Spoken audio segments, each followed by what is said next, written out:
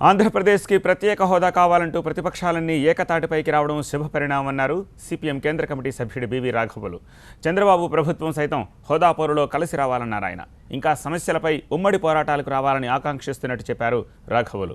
పవన్ కళ్యాణ్ నోటికి కళకే పరిమితం కాకుండా ప్రత్యక్ష పోరాటాలకు రావాలని కోరారు. రాష్ట్రానికి స్పెషల్ స్టేటస్ ఏదైతే ఉందో దాని గురించి చర్చ జరుగుతుంది. దాని గురించి అందరూ కలిసి అందరూ ఒక ఉమ్మడిగా ఒక ఉద్యమానికి వచ్చే సూచనలు కనపడుతున్నాయి. అది సంతోషమైన విషయం. ఇది ప్రతిపక్షాల యొక్క ఉద్యమం, ప్రతిపక్షాల యొక్క కోరిక అనుకోకుండా రాష్ట్ర ప్రభుత్వం కూడా ఈ ఉద్యమంలో భాగంగా చేరి దాన్ని సాధించేదానికి పూనుకోవాలని చెప్పి చంద్రబాబు చెప్తున్నాను. నిన్న సుజనా చౌదరి గారు, ముఖ్యమంత్రి గారు వీరందరూ ప్రెస్ కాన్ఫరెన్స్లు పెట్టి హోదా ఎందుకు, హోదా కాకుండానే అన్నీ వస్తున్నాయి, హోదా కన్నా ఎక్కువ వచ్చినాయి, ఎక్కువ రాలేదని చెప్పమండి అడ్డ సవాళ్ళు వేస్తున్నారు. అడ్డ సవాళ్ళు మీరు కాదు, మేము వేయాలి. ఎందుకంటే స్పెషల్ స్టేటస్ గురించి అడిగింది మీరు, బీజేపీ తెలుగుదేశం అడిగారు. వాళ్ళు 5 ఏళ్ళు ఇస్తామంటే మేము 10 ఏళ్ళు ఇస్తామని చెప్పిన వాళ్ళు కొత్త రాష్ట్రం ఏర్పడి కొత్త ప్రభుత్వం ఏర్పడిన తర్వాత లేఖల మీద లేఖలు రాసింది చంద్రబాబు. స్పెషల్ స్టేటస్ మాకు ఇవ్వండి